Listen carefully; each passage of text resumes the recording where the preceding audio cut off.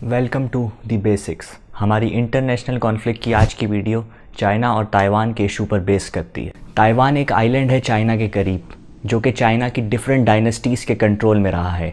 1895 में ये इलाका जापान के कंट्रोल में चले जाता है, जो कि 1945 में वर्ल्ड वॉर 2 के बाद दोबारा से चाइनीज़ कंट्रोल में आ जाता है। इसके कुछ अरसे बाद चाइना में सिविल वॉर शुरू हो जाती है।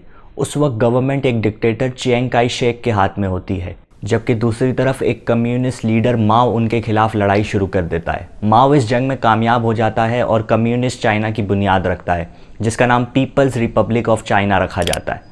जबकि दूसरी तरफ चियांग काई शेक की आर्मी को मजबूरन ताइवान का रुख करना पड़ता है और वो वहाँ पर ताइवान की पॉलिटिक्स को कंट्रोल करना शुरू कर देते हैं।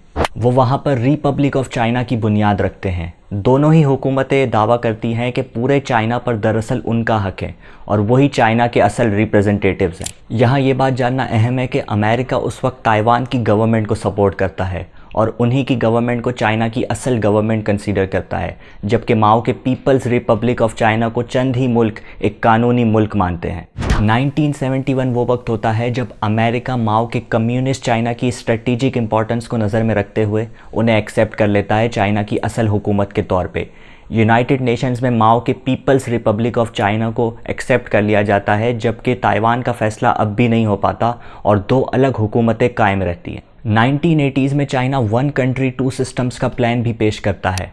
इस प्लान के तहत अगर ताइवान खुद को चाइना का पार्ट कंसीडर कर लेता है तो उन्हें खुद मुख्तारी दी जाएगी, यानी वो वहाँ पर अपना खुद का सिस्टम लागू कर सकते हैं, जैसे हमारे यहाँ प्रोविंसेस को दी जाती है।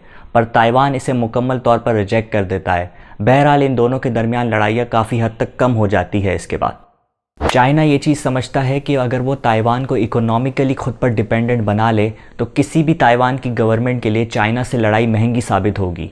इसी की बिना पे चाइना ताइवान को अपनी तरफ इकोनॉमिकली लाने में लगा हुआ है। बीबीसी की 2021 की रिपोर्ट के मुताबिक ताइवान की कंपनीज चाइना में अब तक 60 अरब डॉलर्स की इन्वेस्टमेंट कर चुकी है।